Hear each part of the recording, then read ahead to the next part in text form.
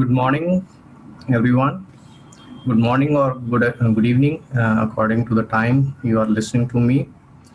First of all, I am thankful to Dr. Vitul Gupta and other organizing members of Mapicon who have tried their best to conduct this virtual Mapicon in this trying time, and I wish all of them for a successful Mapicon. So I will be speaking on a very simple, at the same time, very important topic in aspect of rheumatology, that is diagnosis of rheumatoid arthritis. Rheumatoid arthritis, as all of us know, is a chronic inflammatory symmetrical polyarthritis. It causes damage to the joint, which is irreversible. Rheumatoid arthritis is 3 times more common among females as compared to males. The prevalence of rheumatoid arthritis worldwide is 0.5 to 1%. Main symptoms of rheumatoid arthritis are pain, joint swelling, and stiffness, and gradually this swelling in the joints possibly leads to cartilage and bone degradation, which ultimately leads to joint destruction and loss of joint function. It is not that only the joints of hands are involved. Almost any joint of the body except for the spine is involved in this disease. In spine also, cervical spine can be involved, but rest of the spine is spared. You can say any joint like TM joint, cervical spine, cricoarytenoid, acromoclavicular, shoulders, elbow, hip, small joints of the hands, knee, ankles, and MTPs are involved. The most commonly involved joints are small joints of hands and feet. Rheumatoid arthritis is not a disease of the joints. It is actually a multi-systemic disease which can affect any system from head to toe. So as I said, it is a multi-systemic disease. It can affect extra-articular manifestations in the form of vasculitis, pericarditis, myocarditis, episcleritis, scleromalacia. It can involve in the lungs in the form of pleural effusion, pulmonary nodules, ILD, cervical cord compression leading to quadriparesis, mononeuritis multiplexa, carpal tunnel syndrome, Felties, and many more. As I said, rheumatoid is a multisystemic disease. Few of the extra-articular manifestations are episcleritis and severe scleritis, which can cause perforation of the sclera leading to scleromalacia perforans. Few other extra-articular manifestations are vasculitis of the distal tips, rheumatoid nodules, cutaneous vasculitis, atlantoaxial dislocation leading to quadriparesis. So the important question is, why should we detect this arthritis in early phase? So in the next slide, here are two diagrams, photographs in this slide. On the left side, this is early arthritis, where the patient is having synovial effusion in the small joints of the hands, which can be appreciated clinically. And gradually, if this patient is not treated appropriately, later on this leads to deformities of the joints. So we have a responsibility to detect this arthritis in early phase so that we can treat this disease aggressively at this particular phase, and we can make a change in the life of the patient. But if patients are diagnosed or treated at the later phase in deformities, then we are not making any big difference in the life of the patient. Apart from deformities, there are many other consequences of rheumatoid, like there is premature mortality of about 10 years, increased morbidity in the form of increased heart attacks or stroke. There is also significant impact on the quality of life in the form of functional disability, fatigue, depression, and ultimately leading to reduction in income. But why I am discussing all this here? Because all these outcomes are preventable if patients are diagnosed and treated in early phase. So rheumatoid we broadly classify into 3 phases: preclinical stage, early clinical disease, and established clinical disease. In preclinical disease, as patients do not have any symptoms, so they will not present to you. And in early disease, many patients come to us and we have the responsibility to pick these patients and treat in early phase. In established clinical disease, already the deformities are found, so this Early clinical disease is actually the window of opportunity where we have to act and change the course of the disease. So as I said, early diagnosis is important. So to make early diagnosis, we can how we can make the diagnosis. There are four parameters which are required. Number one is complete history of the patient, a thorough clinical examination. Then you can take the support of few blood investigations, and sometimes you may need imaging of the joints. So there is 5T approach for the management of rheumatoid arthritis. First T is think, then is test, telephone, treat, and teamwork. Think about rheumatoid. So whenever a patient of joint pains comes to you in the OPD, you have to think about rheumatoid. You have to suspect rheumatoid. Then you have to test for rheumatoid. If you are not able to diagnose, you can refer these patients in early phase, or if you are able to diagnose, then start treatment as early as possible. Then teamwork to manage other comorbidities like hypertension, cardiovascular disease, diabetes, osteoporosis. So you have to manage all these comorbidities with a team approach. Think about rheumatoid arthritis means whenever you suspect rheumatoid, you have to aggressively evaluate these patients, especially during first 6 to 12 months of joint pain. Apart from rheumatoid arthritis, you have to exclude other manifestations, other rheumatic diseases which can present with polyarthritis like SLE. If patient has some skin rashes, you can rule out SLE by doing an ANA test. In areas which are more prevalence for hepatitis C and HIV, sometimes hepatitis C and HIV can present with acute polyarthritis, which looks like rheumatoid arthritis clinically. So you can do hepatitis C and HIV to exclude these infections. Other causes could be polyarticular gout because of high uric acid, or sometimes you might be dealing with non-inflammatory pains, which is fibromyalgia.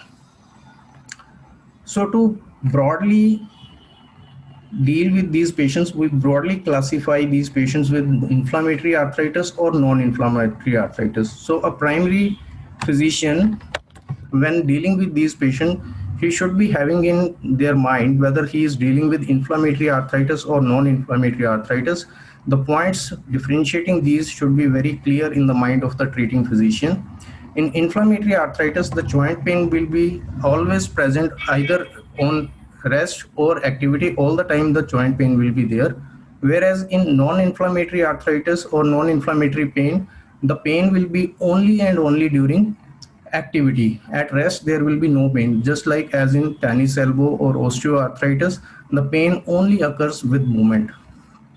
Then on examination, the joint swelling will be of soft tissue in inflammatory arthritis because the synovium is inflamed, whereas in non-inflammatory arthritis, there will be bony swelling because of the osteophyte formation, just like in osteoarthritis. Then local erythema or increased warmness are seen in inflammatory arthritis, which is absent in non-inflammatory arthritis. Morning stiffness is very important sign, which is more than 30 minutes in inflammatory arthritis, whereas if it is less than 30 minutes, you might be dealing with non-inflammatory arthritis.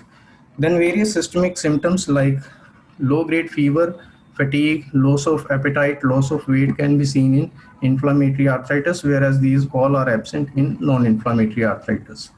So all these symptoms you have to ask, or you have to look into a patient of joint pains when they come to your OPD.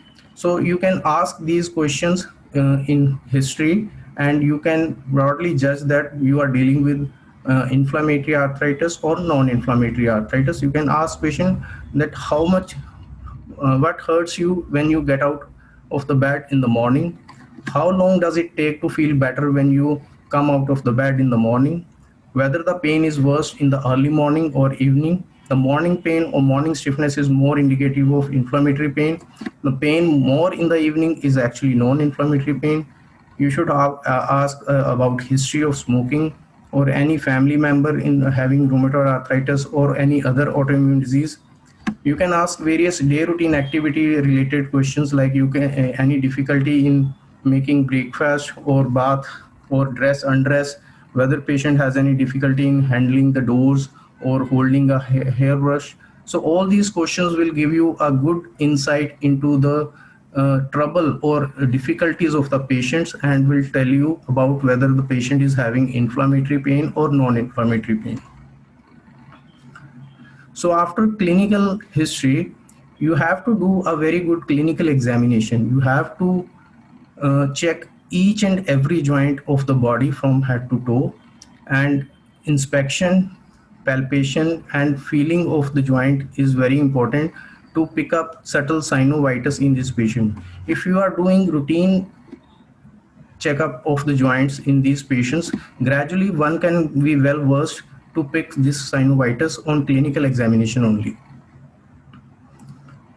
So after clinical examination, if you suspect you are dealing with inflammatory arthritis, you can order for a few lab investigation. The most commonly done test for rheumatoid arthritis is rheumatoid factor, which is actually antibodies against the Fc portion of immunoglobulin G. They are of mainly three types: IgM, IgG and IgA. 85% of the patients of rheumatoid arthritis, they test positive for rheumatoid factor during first 2 years of their symptomatology. A negative rheumatoid factor at the onset of arthritis can be repeated after 4 to 6 months, and few of them might turn positive. Rheumatoid factor has a prognostic value because high titers of rheumatoid factor, they usually have poor prognosis, and they have a tendency to have more extra-articular manifestations. The notorious thing about rheumatoid factor is that it is very non-specific test for rheumatoid arthritis. As I told, it has just a prognostic information. The high titers are indicating about poor prognosis.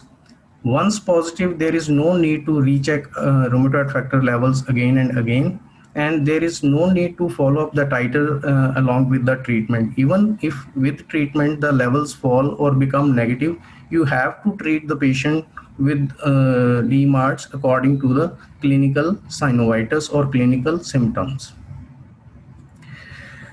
As I said, rheumatoid factor is a very non-specific test because there are so many other rheumatic diseases where rheumatoid factor can be seen positive. In rheumatoid arthritis, it is seen up to 70 to 80%. In juvenile rheumatoid arthritis, it is seen in only 20% of the children. In lupus patients, 20% of the patients of SLE can show false positive rheumatoid factor. In Sjogren syndrome, around 80 to 90% of the patients can have positivity for rheumatoid factor. In scleroderma, it is up to 20 to 30%. Apart from various rheumatic diseases we discussed, there are many non-rheumatic entities which show positivity for rheumatoid factor. The most common is hepatitis C, which can show positivity in around 60 to 70% of the patients. Mixed cryoglobulinemia up to 90%, sarcoidosis 5 to 30%, idiopathic pulmonary fibrosis 20%, various chronic infections like tuberculosis, HIV, they can also have positivity for rheumatoid factor. Aging more than 55 years, almost 5% of this elderly population can show false positive rheumatoid factor. So another antibody is anti-CCP, which is anti-cyclic citrullinated peptide antibody. It is much more specific for rheumatoid factor as compared to rheumatoid factor. It has similar or even higher sensitivity as compared to rheumatoid factor.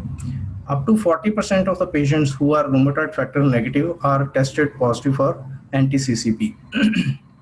It has been seen in studies that anti-CCP appears earlier in these patients as compared to rheumatoid factor. It has very high positive predictive value for rheumatoid arthritis. Just like rheumatoid factor, it also has a bad prognostic. It is a bad prognostic indicator. Those patients who are positive for anti-CCP, they have more severe disease and they have more tendency to develop erosions and then gradually deformities. So this table shows the specificity and sensitivity of rheumatoid factor and anti-CCP.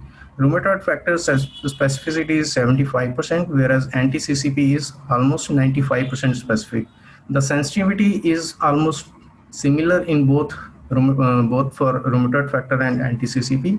If somebody is positive for both rheumatoid factor and anti-CCP, the specificity increases to 99%, which means that if somebody is positive for both these antibodies, you are almost sure that you are dealing with rheumatoid arthritis. There is another newer antibody, anti-carbamylated protein antibody, which helps in early diagnosis of rheumatoid arthritis.